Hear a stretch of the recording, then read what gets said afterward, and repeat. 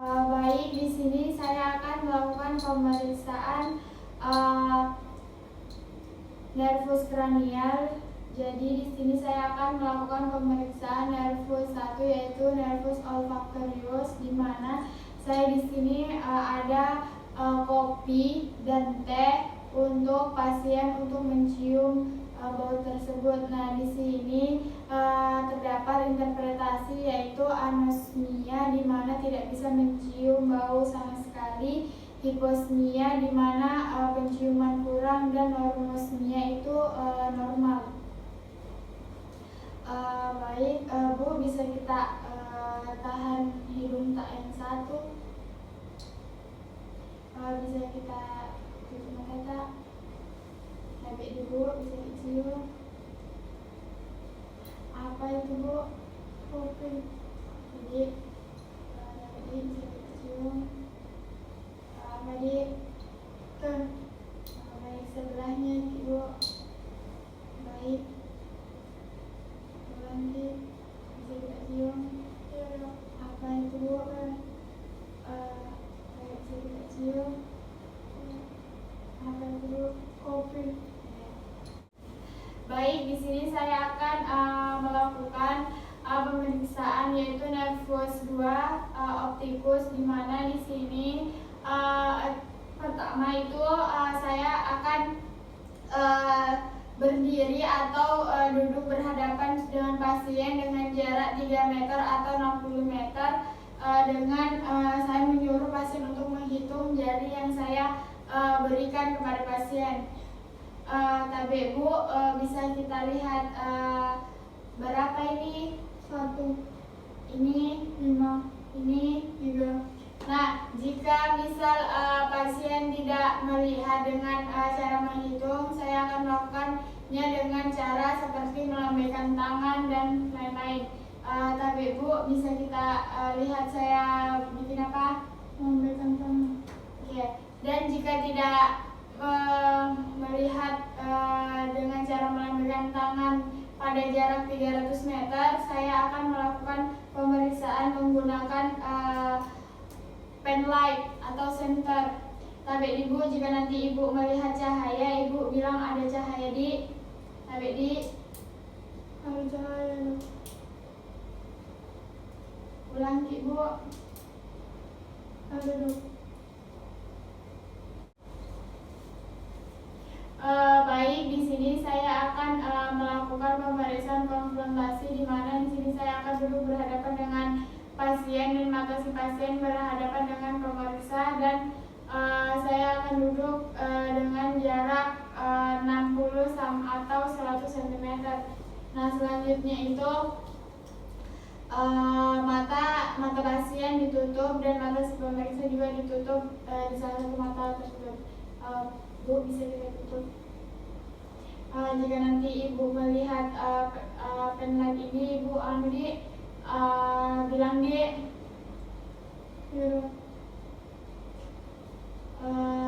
jika nanti Ibu lihat Ibu ini di jika nanti Ibu lihat nanti kita bilang di baik sebelah Ibu. Jika nanti Ibu lihat bilang di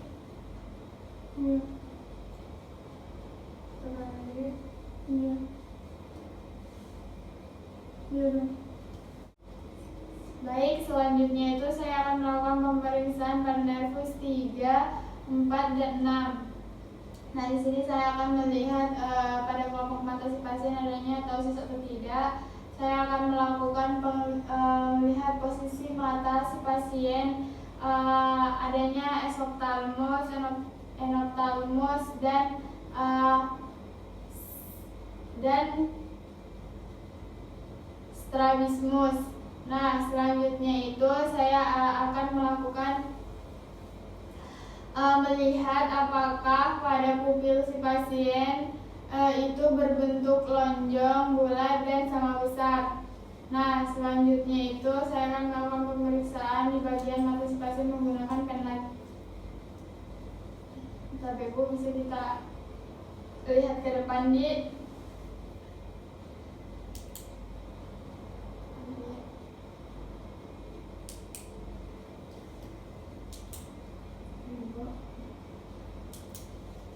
Nah, di sini positif ketika interpretasinya positif ketika kedua mata si pasien mengalami konstriksi.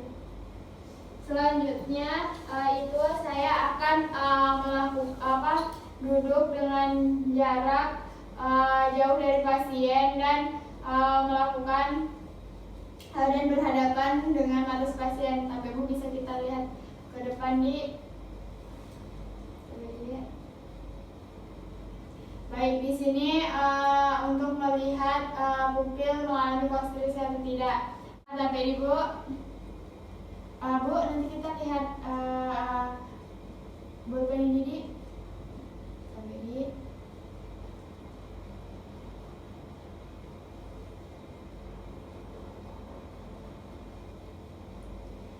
Nah, di sini bertujuan untuk melihat jika mata pasien tidak bisa bergerak ke arah lateral, berarti dia mengalami parise pada bagian musculus rectus lateralis yang dipersarafi oleh nervus cranialis 6 dan jika pasien tidak bisa melihat ke arah medialis, berarti terdapat parise di bagian musculus obliquus lateralis dan dipersarafi oleh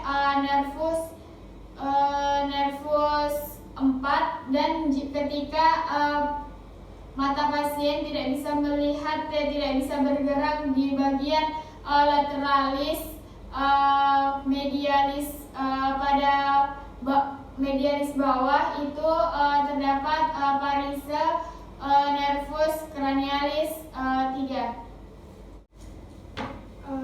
Baik, di sini saya akan melakukan pemeriksaan pada nervus cranialis nervus 7, yaitu di sini saya akan melihat muka pasien dia simetris atau tidak dan ada kerutan wajah atau tidak. Nah, di sini selanjutnya saya akan menyuruh pasien untuk tabebu, bisa kita angkat alis tak, bisa kita akutkan dahi tak. Nah, di sini pada sisi lumpuh tidak bisa mengerutkan dan mengangkat alis si penderita. Nah, selanjutnya itu saya akan menyuruh pasien tabebu, bisa kita buka mata tak, bisa kita tutup mata tak.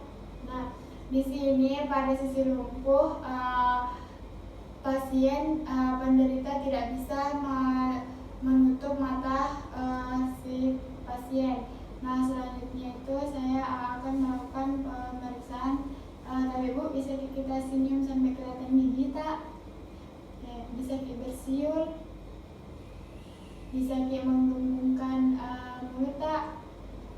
Nah, di sini pada sisi lumpuh, di sini saya akan melihat pada sulcus nasolabialisnya. Pada sulcus nasolabialis pasien datar atau turun ke bawah. Nah, pada sisi yang lumpuh itu tidak bisa bersiul dan menggembungkan mulut pasien. Nah, di sini pada nervus 7 kelumpuhan dibagi menjadi dua, yaitu ada tipe UNM dan tipe LMN. Nah, pada tipe UNM itu kelumpuhan hanya pada bagian mata dan pada bagian mulut, dan pada tipe LMN itu dia berada pada kelumpuhannya itu mata dan mulut. Nah, selanjutnya itu tabik ibu, di sini saya akan menulis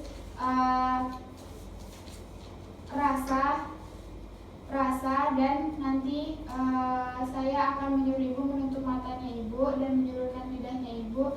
Nanti pada lidahnya ibu saya akan meneteskan larutan yang saya buat tapi di sini jangan khawatir, di sini saya menggunakan gula dan perasan air jeruk.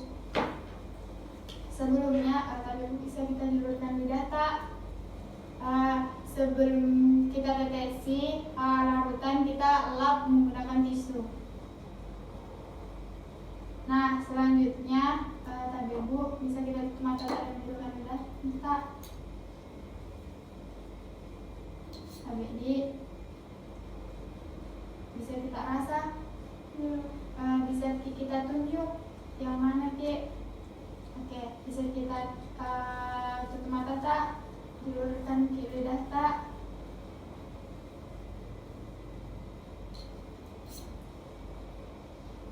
Oke, tadi Ibu bisa kita tunjuk.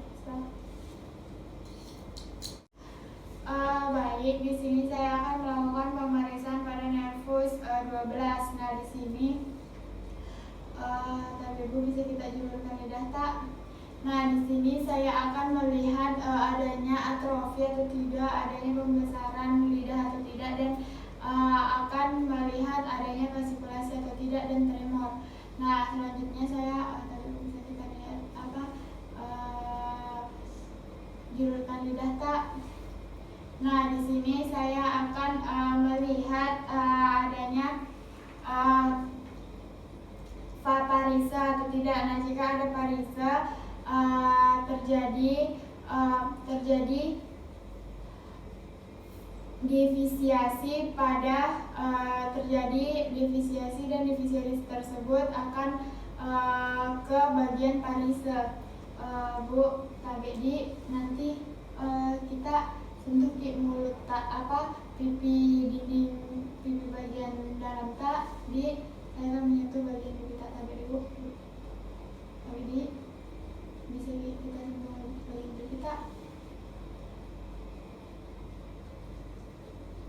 bagian pipi tak ini sebelah ini. Oke. Nah, selanjutnya Bu, kita bisa bisa mengulang kata-kata saya. Ular lari lurus. Nah, di sini bertujuan untuk mengetahui adanya cadel atau belok.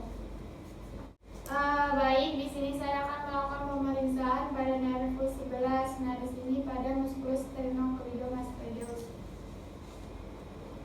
Tapi Ibu bisa kita miring menoleh ke kiri tadi. Nah, selanjutnya saya akan meraba di bagian musculus sternocleidomastoideus. Oke, dan melakukannya di kedua sisi. KBD bisa kita